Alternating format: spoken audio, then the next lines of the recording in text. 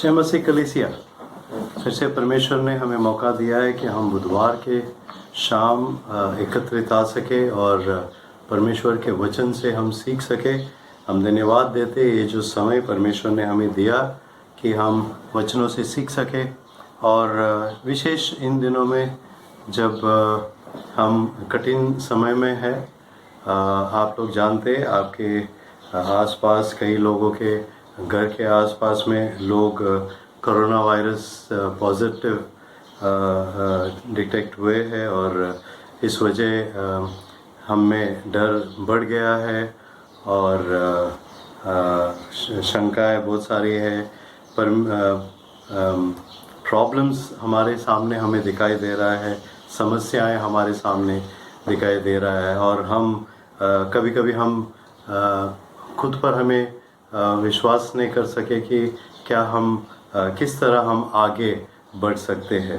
आज फिर से हम जो बाइबल स्टडी सीरीज़ हम कर रहे हैं, जो प्रश्न हमारे सामने ये है कि क्या परमेश्वर यहोवा के लिए कोई काम कठिन है, ये प्रश्न की हम उत्तर दे रहे हैं। और आज जो हम वचन देखेंगे वो तीसरा भाग होगा हमारा इस अभ्यास का। और आज हमारे सामने जो बात हम देखने वाले वो ये है कि परमेश्वर सुलझा नहीं सकता ऐसी कोई भी समस्या नहीं है। कोई ऐसी समस्या नहीं है जिसे परमेश्वर सुलझा नहीं सकता। और आज हम जब हमारे जो परिस्थिति को हम देखते हैं, जो कठिनाई जो समस्याएं हमारे सामने है, जब हम इन सब को देखते हैं तो आज हमारे लिए ये समझना है कि परमेश्वर के लिए ऐसे कोई समस्या नहीं है जिसे वो सुलझा नहीं सकते। कोई ऐसी समस्या कठिन नहीं है। और आज हम वचनों से देखेंगे और फिर से हम अभ्यास जब करेंगे तो हमारे खुद के बारे में हम आज ज़्यादा हम ध्यान देंगे। शायद जब मैं आपसे बात कर रहा हूँ आप कोई समस्या से गुजर रहे हैं, कोई ऐसी समस्या है जो आपके लिए बहुत कठिन है और आप सोच रहे हैं कि इसको हम कैसे सुलझाएंगे, हम इससे बाहर कैसे निकलेंगे। आपको ये जानना है कि शायद हमारे लिए वो कठिन है लेकिन परमेश्वर उसे सुलझा सकते हैं। परमेश्वर के लिए कोई समस्या सुलझाना कठिन नहीं है और हमारे लिए कठिन होगा लेकिन परमेश्वर उसे सुलझा सकते हैं। परमेश्वर हमारे जीवन में चमत्कार कर सकते हैं और जब वो हमारे जीवन में कोई चमत्कार करते हैं तो वो परमेश्वर की महिमा के लिए है। लेकिन हम ये जानते हैं कि परमेश्वर जो परमेश्वर है वो चमत्कारित कार्य करने वाला परमेश्वर है और कोई उसके लिए काम कठिन नहीं है। और हम ये जानते हैं, हम 2 बार इस विषय में देखे हैं। आज हमारे समस्या के विषय में जब हम देखते हैं, हमें ये समझ लेना है कि परमेश्वर के लिए कोई समस्या को सुलझाना कठिन नहीं है क्योंकि वो चमत्कार करने वाला परमेश्वर है।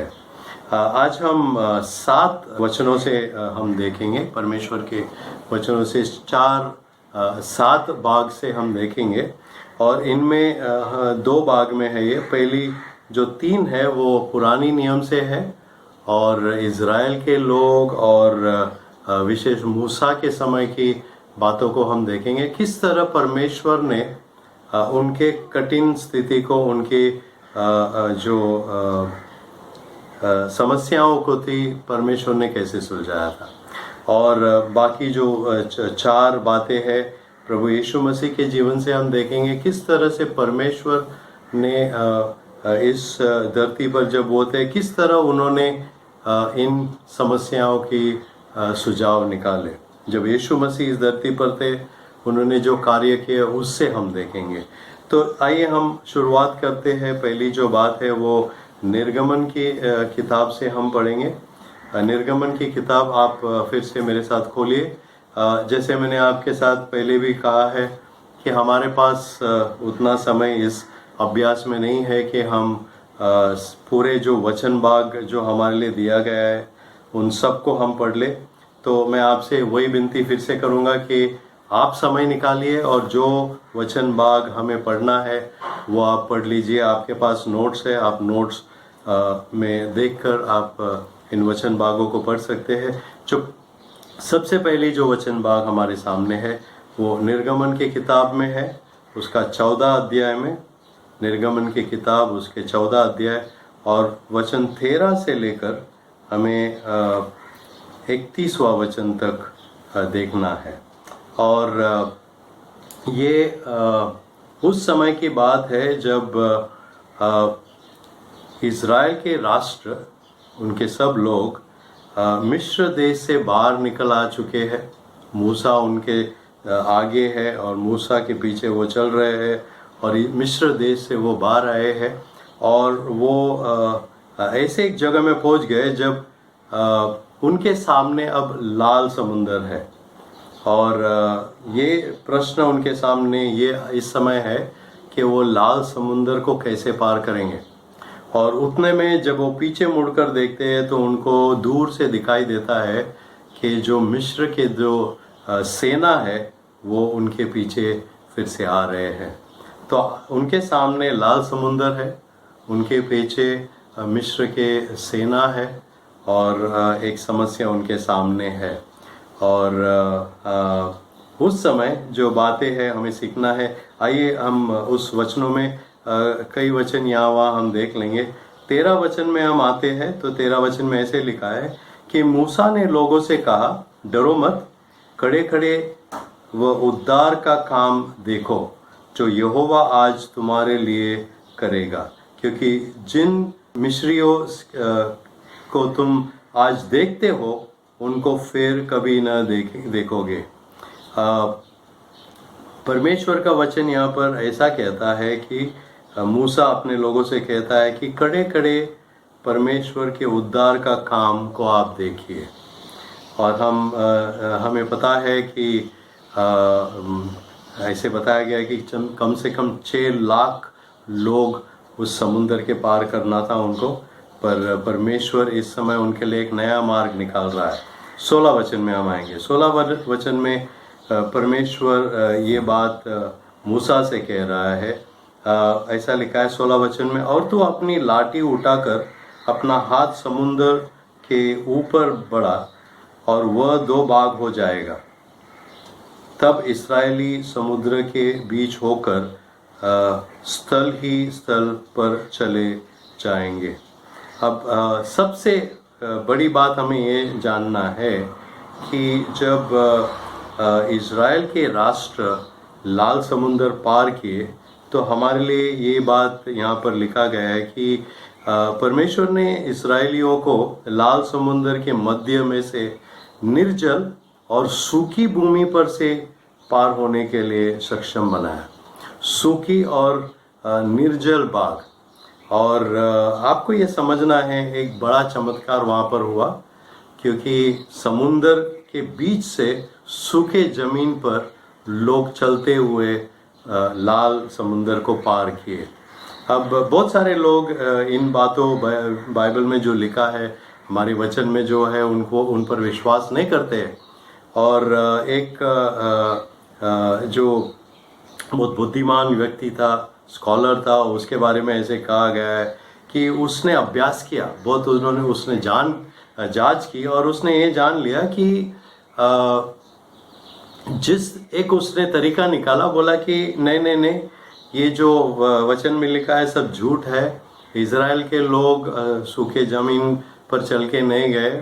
उसने ये बताया कि लाल समुंदर में एक स्थान है, एक जगह है जहाँ पर सिर्फ 6 इंच का पानी होता है। लाल समुंदर में एक ऐसे जगह है जहाँ पर सिर्फ 6 इंच का पानी होता है।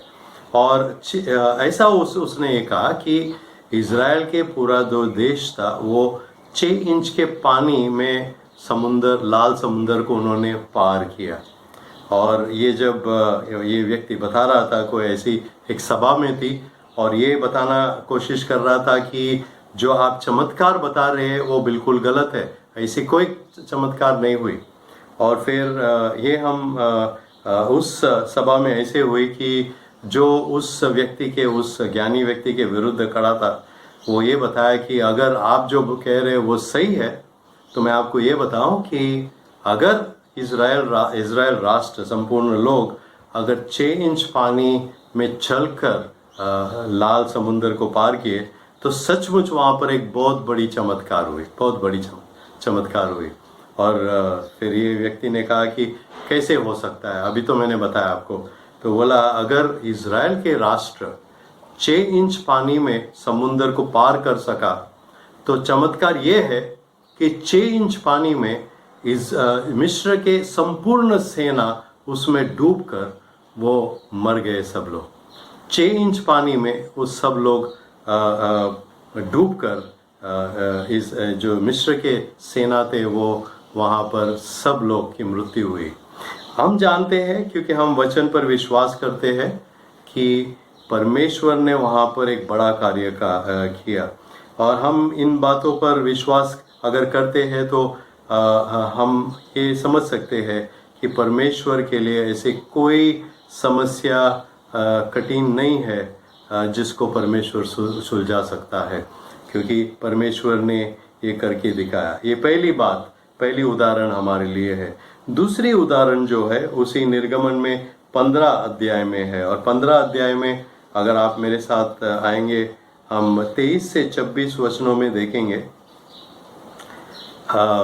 निर्गमन 15, 23 से 26। और अभी ये जो बात है इज़राइल के जो लोग हैं वो समुंदर पार करके वो समुंदर के उस पार चले गए और वो चलते जा रहे हैं। और अगर हम निर्गमन के 15 में आएंगे, 22वां वचन में आप आएंगे, तो आपको ये समझना है कि वो उस जगह पे जब आए, वहाँ पर कम से कम वो 3 दिन वो चलते हुए जा रहे हैं, और 3 दिन उनको पानी नहीं मिला। 3 दिन तक उन्हें पानी नहीं मिला, क्योंकि वहाँ पर ऐसे लिखा है, और जंगल में जाते हुए 3 दिन तक पानी का सोता न मिला। पानी 3 दिन उनको नहीं मिला, वो प्यासे थे और उनको पानी चाहिए थी। पर आगे जब हम जाते हैं 23वां वचन में हम ऐसे पढ़ते हैं, फिर मारा नामक एक स्थान पर पहुँचे, वहाँ का पानी खारा था, उसे वे न पी सके, इस कारण उस स्थान का नाम मारा पड़ा। वहाँ पर जब आए तो पानी उनको दिखाई दिया, पर वो पानी खारा था और उस पानी को वो पी न सके। और फिर वो मूसा के पास गए, और मूसा के विरुद्ध यहाँ पर लिखा है 24वां वचन में, मूसा के विरुद्ध बकबक करने लगे और वे कंप्लेन करने लगे। और 25वां वचन में हम आएंगे तो परमेश्वर ने मूसा को एक सॉल्यूशन दे दिया, एक मार्ग निकाला। ऐसा लिखा है कि तब मूसा ने यहोवा की दोहाई दी, और यहोवा ने उसे एक पौधा बतला दिया, जिसे जब उसने पानी में डाला तब वह पानी मीठा हो गया। एक पौधा परमेश्वर ने मूसा को दिखाया, उस पौधे को जब उसने उस पानी में डाल दिया, वचन ऐसा कहता है कि वो पानी मीठा हो गया। अब आपको ये समझना है कि खारा पानी मीठा नहीं बन सकता है, ये आप जानते हैं। मैं जहाँ पर रहता हूँ, जब हम शुरुआत में यहाँ पर आए, लगभग 28 साल पहले जब हम यहाँ पर आए, तो उस समय यहाँ पर जो पानी मिलता था वो बोरवेल की पानी होती थी, और वो खारा पानी होता था, और उस पानी को हम पी नहीं सकते थे। और पीने के लिए हमारे जो बिल्डर थे उन्होंने हमें अलग सा पानी देते थे, वो पानी हम पीने के लिए और खाना पकाने के लिए इस्तेमाल करते थे। आपके पास अगर कोई यंत्र भी है तो आप उस पानी को पीने लायक बना सकते हैं। आपके पास कोई अलग फिल्टर होगा जो होगा, तो वो उसमें आप उस खारा पानी को पीने लायक पानी बना सकते हैं। पर खारा पानी को कोई व्यक्ति मीठा पानी नहीं बना सकता। और यहाँ पर जो हम वचन से देख रहे हैं कि वो जो पानी, जो खारा पानी था, परमेश्वर ने उसको मीठा पानी बना दिया। अब आपको ये समझना है कि एक ऐसी समस्या थी उनके लिए, पीने के लिए पानी नहीं था, परमेश्वर ने उनको मीठा पानी वहाँ पर दे दिया। ये दूसरी वचन भाग हमारे लिए आज है, जिससे हमें सीखना है कि कोई ऐसी समस्या परमेश्वर के लिए कठिन नहीं है जिसे वो सुलझा नहीं सकता है। तीसरा जो वचन भाग हमारे लिए फिर से निर्गमन की किताब में, निर्गमन की किताब उसका 17वां अध्याय में हम जाएंगे। फिर से ये उदाहरण पानी वाली उदाहरण है। निर्गमन की किताब उसका 17 अध्याय और 5 से 7 वचन हमें पढ़ना है। और अगर आप फिर से उसकी बैकग्राउंड अगर देखना है तो आपको पहले वचन में आना है। पहले वचन में ऐसे लिखा है, फिर इजराइलियों की सारी मंडली सीन नामक जंगल में निकली और यहोवा के आज्ञा अनुसार कुछ करके रपीदिम में अपने डेरे खड़े किए, और वहाँ उन लोगों को पीने की पानी न मिला। अब उस जगह में वो आ गए, लेकिन वहाँ पर उनके लिए पानी नहीं था। अगर आपको अगर ये अनुभव करना है तो 2-4 दिन के लिए पानी न पिए, समझ लिए आपको क्या हो जाएगा।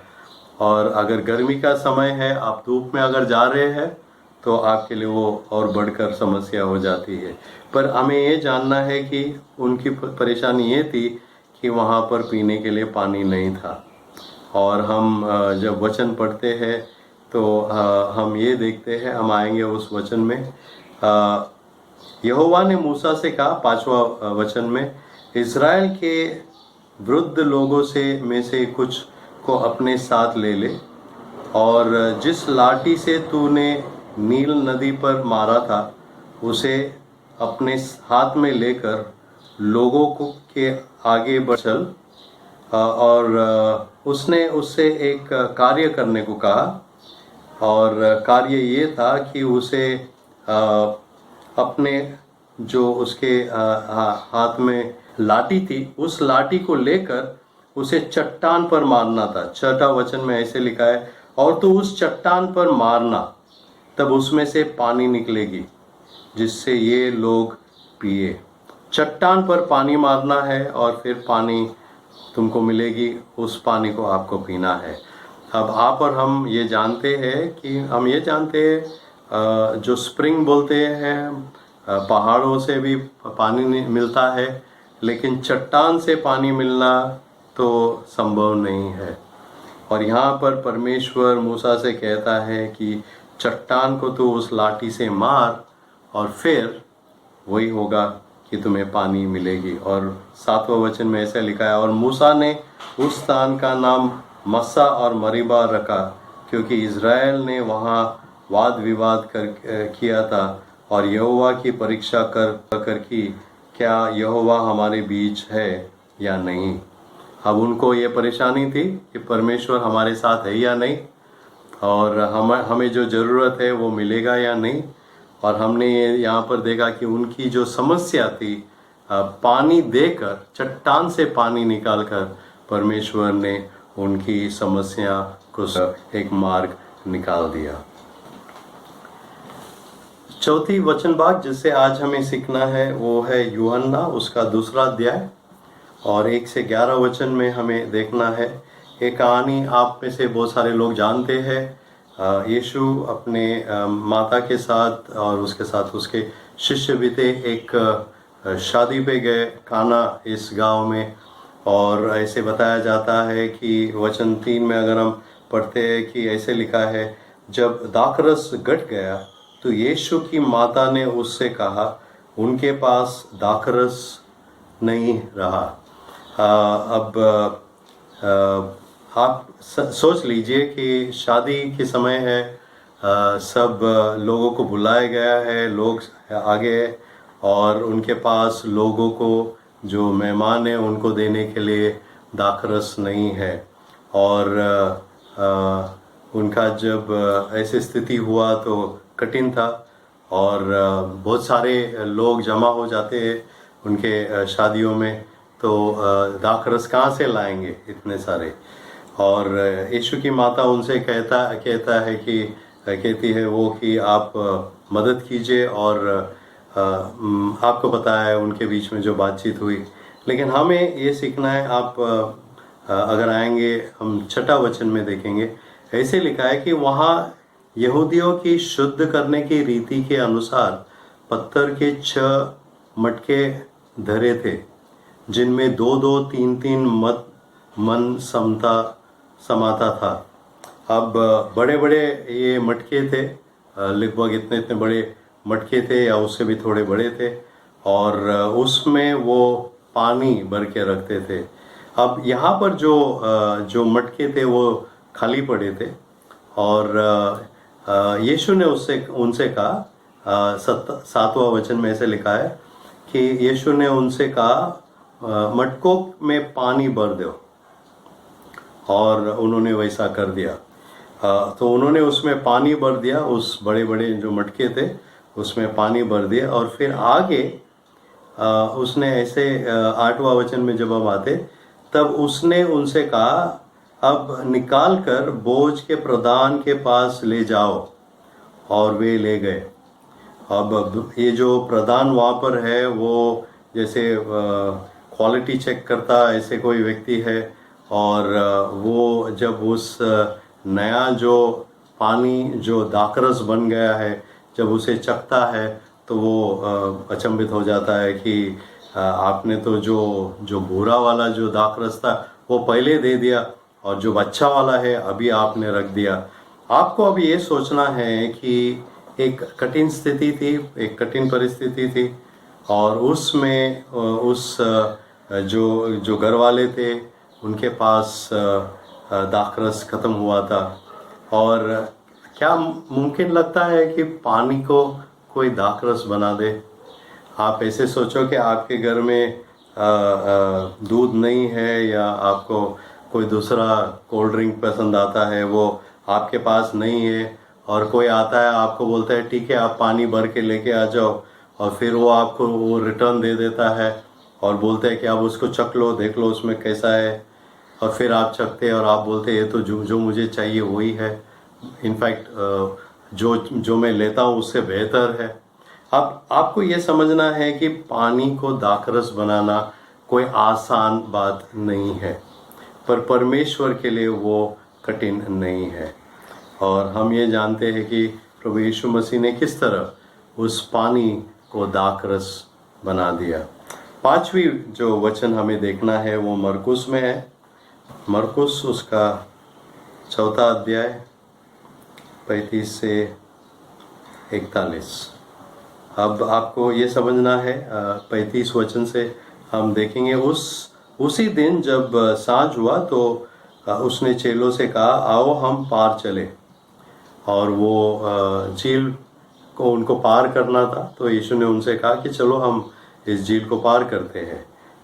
37वां वचन में जब आएंगे तब बड़ी आंधी आई। अब वो झील में थे, उस पानी में वो उनकी नाव जा रही है, और वचन ये बताता है कि तब बड़ी आंधी आई और लहरें नाव पर यहाँ तक लगी कि वह पानी से भरी जाती थी। अब जो नाव है उसमें पानी भर रही है। 38वां वचन में ऐसा है कि पर वह आप पिछले बाग में गद्दी पर सो रहा था। यीशु मसीह के बारे में लिखा है कि वो नाव के पिछले बाग में गद्दी पर सो रहा था। 29वां वचन, तब उसने उठकर आंधी को डांटा। प्रभु यीशु मसीह को उसके चेले उनके पास आए, उन्होंने कहा कि क्या तुझे चिंता नहीं है कि हम नष्ट हो रहे हैं? और 39वां वचन में हम ये देखते हैं कि यीशु वहाँ से उठा और आंधी को डांटा। 2 बातें उसने की वहाँ पर, आंधी को डांटा और पानी से कहा शांत रह, थम जा। और 41वां वचन में जब हम आते हैं, ये चमत्कार देखकर उसके चेले बोलते हैं कि ये कौन है? क्योंकि अगर आप 39वां वचन की दूसरे भाग में आप आएंगे, ऐसे लिखा है कि आंधी थम गई और बड़ा चैन हो गया। आंधी थम गई और चैन हो गया। अब आप हम अभी जब इन बातों को देखते हैं, हमें पता है कि यीशु मसीह परमेश्वर है, तो उनके लिए तो आसान है। पर आपको ये समझना है कि आंधी को रोकना, जैसे यहाँ पर यीशु ने कहा, उसने जब उसने जब हम वचन पढ़ते हैं तो ऐसे लिखा है कि यीशु ने आंधी को डांटा और उसने पानी से कहा कि शांत रह। अब ये आसान सी बात नहीं है, छोटी बात नहीं है, क्योंकि हम ये जानते हैं कि परमेश्वर के लिए वो मुमकिन है, परमेश्वर के लिए ऐसी समस्याओं को सुलझाना आसान है। पर हम जब सोचते हैं, आपको सोचना है, आप कोई सोच लो कि आप कोई नाव में बैठे हैं, समुंदर पार कर रहे हैं और तूफान आ जाता है, आंधी होती है और आप में से कोई खड़ा हो जाता है और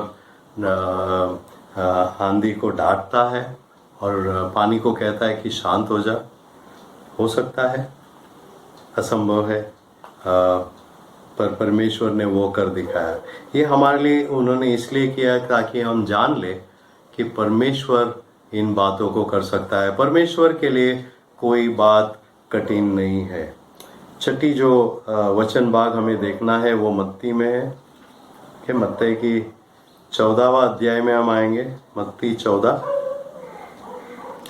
और वचन जो हमें देखना है वो 15 से लेकर 21 तक है। मत्ती 14, 15 से लेकर 21 तक। और आप फिर से ये कहानी जानते हैं, 5000 पुरुष वहाँ पर थे, शायद 10 या 15,000 लोग वहाँ पर इकट्ठा हुए हैं। वो दिन भर प्रभु यीशु मसीह जो सिखा रहे थे वो सीख रहे थे। और उसके बाद में वचन हमें ये बताता है कि यीशु ने अपने चेलों को बुलाकर कहा कि इन लोगों के लिए आप कुछ खाना की बंदोबस्त कर दो। और वो कह रहे हैं कि हम शहर से इतना दूर है, हमें तो यहाँ पर कोई खाना मिलेगा नहीं, हमारे पास सिर्फ 2 मछली है, 5 रोटी है। अब आप सोचिए, 5 रोटी है, 2 मछली है, और लोग कितने हैं? पुरुष सिर्फ 5000 है, यानी 10 या 15,000 लोग शायद वहाँ पर इकट्ठा हुए हैं।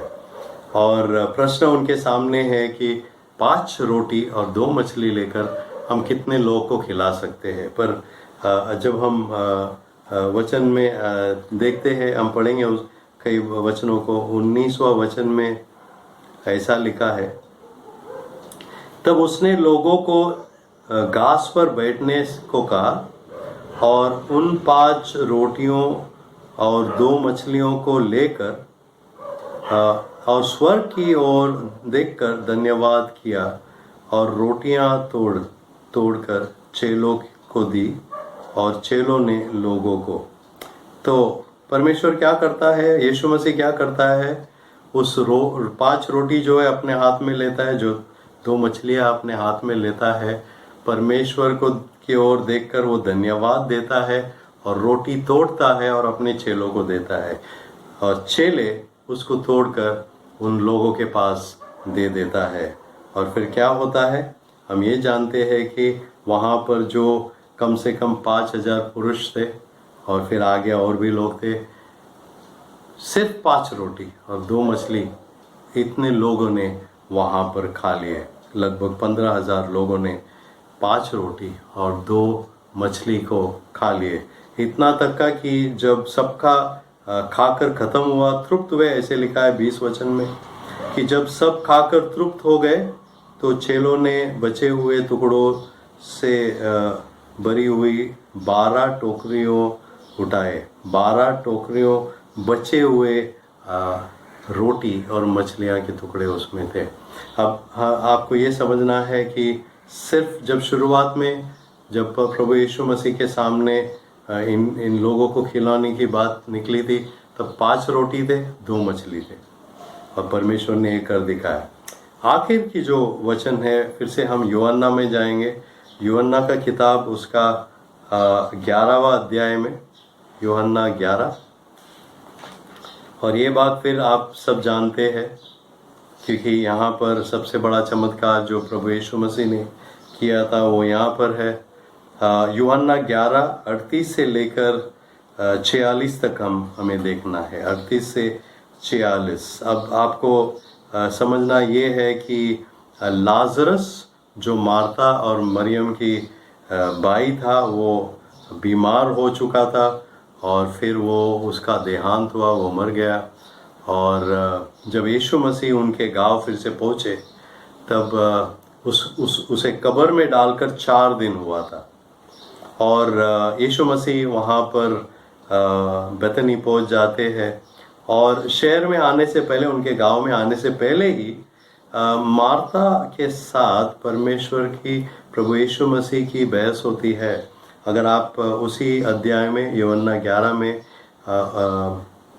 23 और 24 में देखते हैं, ऐसे लिखा है, यीशु ने उससे कहा, तेरा भाई फिर जी उठेगा।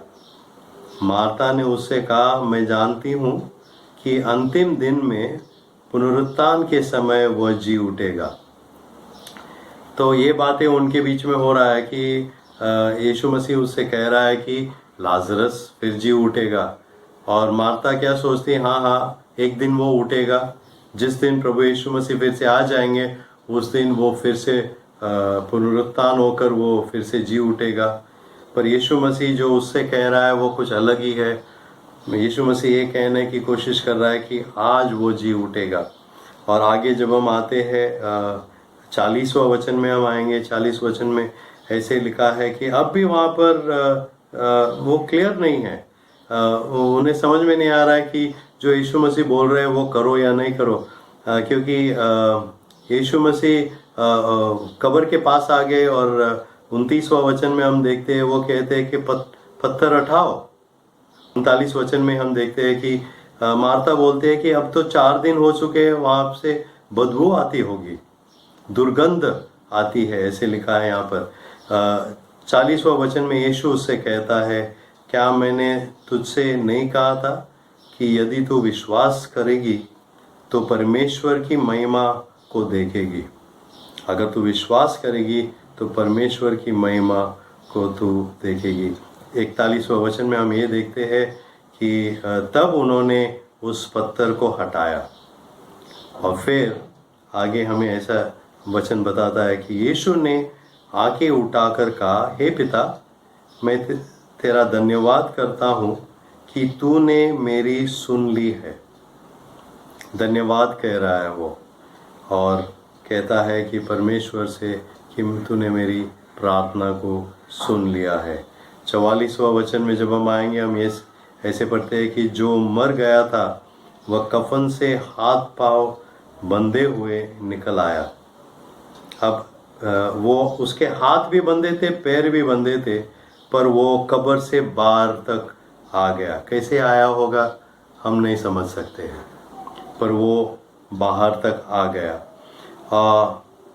और उसके मुंह भी लिपटे हुए थे। अब हमें ये जानना है कि ये बिल्कुल असंभव सी बात थी, क्योंकि अब तक कोई मरा हुआ जीवित होकर बाहर नहीं आया है। लेकिन आज वही हमें समझना है कि आपकी क्या समस्या होगी वो परमेश्वर जानता है। आपकी समस्या है प्रभु यीशु मसीह जानता है। और जो हमें वचन से सीखना आज वो था, ये बात थी कि परमेश्वर सुलझा नहीं सकता ऐसी कोई भी समस्या नहीं है। परमेश्वर के लिए आपकी कोई भी समस्या सुलझाना कठिन नहीं है।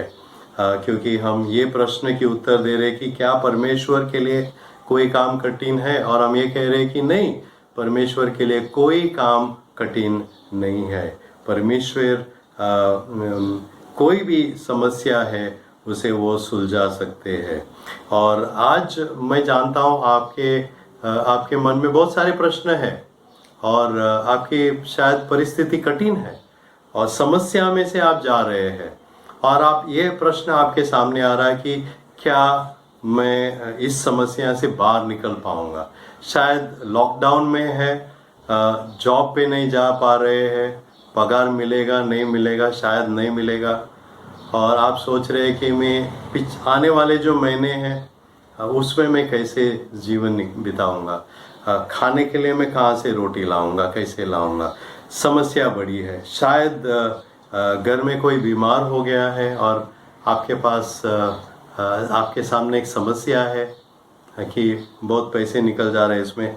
बहुत सारे अलग अलग कठिनाई हो सकती है, समस्याएं बड़ी हो सकती है। पर आज हमें ये सीखना है कि परमेश्वर के लिए कोई ऐसी समस्या नहीं है जो वो सुलझा नहीं सकते हैं। मैं अंत में एक गीत है जो बहुत सालों के बाद किसी ने मुझे इस गीत की याद दिलाई। इंग्लिश में है तो मैं उस गीत को इंग्लिश में पढ़ लूँगा और कोशिश करूँगा उसको हिंदी में अनुवाद करने की। इंग्लिश में ये गीत है, उसका नाम है ही विल कैरी यू। उसको लिखने वाले का नाम है स्कॉट वेस्ली ब्राउन। और उस गीत के बोल ऐसे हैं, मैं इंग्लिश में आपके लिए पढ़ता हूँ। There is no problem too big, God cannot solve it. There is no mountain too tall, he cannot move it. There is no storm too dark, God cannot calm it. There is no sorrow too deep, He cannot soothe it. Chorus ऐसी है, if He carried the weight of the world upon His shoulder, I know my brother that He will carry you. और फिर bridge वहाँ पर ऐसी कहती है कि He said, come unto me, all who are weary, and I will give you rest. आज हमारे लिए ये गीत है, मैं उसको हिंदी में अनुवाद करने की कोशिश करता हूँ। ऐसी कोई समस्या, बड़ी समस्या नहीं है जो परमेश्वर सुलझा नहीं सकता है। ऐसी कोई पहाड़ या कोई पहाड़, ऊंचा पहाड़ नहीं है जिसे परमेश्वर नहीं हटा सकता है। कोई आंधी, अंधकार वाली आंधी ऐसी नहीं है जिसे परमेश्वर शांत नहीं कर सकता है। कोई ऐसी शोक, गहरी शोक नहीं है जिसे परमेश्वर शांत नहीं कर सकता। अगर वो इस दुनिया का बोझ अपने कंधों पर उठा सकता है तो मैं ये जानता हूँ मेरे भाई, मेरे बहन, कि वो तुम्हें संभालेगा। उसने ये कहा कि मेरे पीछे आ जाओ जो बोझ से दबे हुए लोग हो और मैं तुम्हें आराम दूंगा, मैं तुम्हें विश्रांति दूंगा। ये गीत है, ही विल कैरी यू। परमेश्वर हमें चलाएगा। आज जो वचन हमारे सामने वो ये बात है कि आज शायद आपके सामने कोई समस्या हो सकती है और जो उसने, जो बाइबल में जब हम पढ़ते हैं, वचनों में जब हम पढ़ते हैं, जो बातें हम सीखते हैं, जब वो वहाँ पर कर सका, क्या वो हमारे लिए नहीं कर सकता है? हमारे जीवन में परमेश्वर ने चमत्कार ऑलरेडी किए हैं, हमारे जीवन को जो बदल दिए हैं। और हम ये जानते हैं कि परमेश्वर के लिए कोई काम कठिन नहीं है। जो भी समस्या हमारी है, परमेश्वर उसे सुलझा सकता है।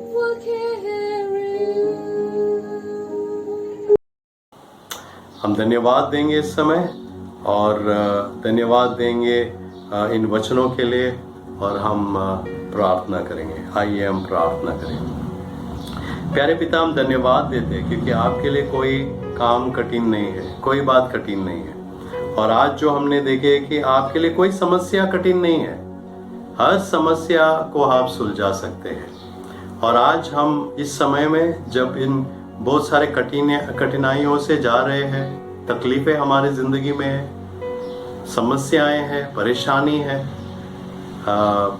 हम हमारे जीवन को आपके हाथ में देते, क्योंकि हम जानते हैं कि जो कार्य आपने पुराने नियम में किया, मूसा के समय में किया, जब यीशु मसीह इस धरती पर थे, उन्होंने जो कार्य किया, आज भी वो आप कर सकते हैं। हम अपने आप को आपके हाथ में देते हैं।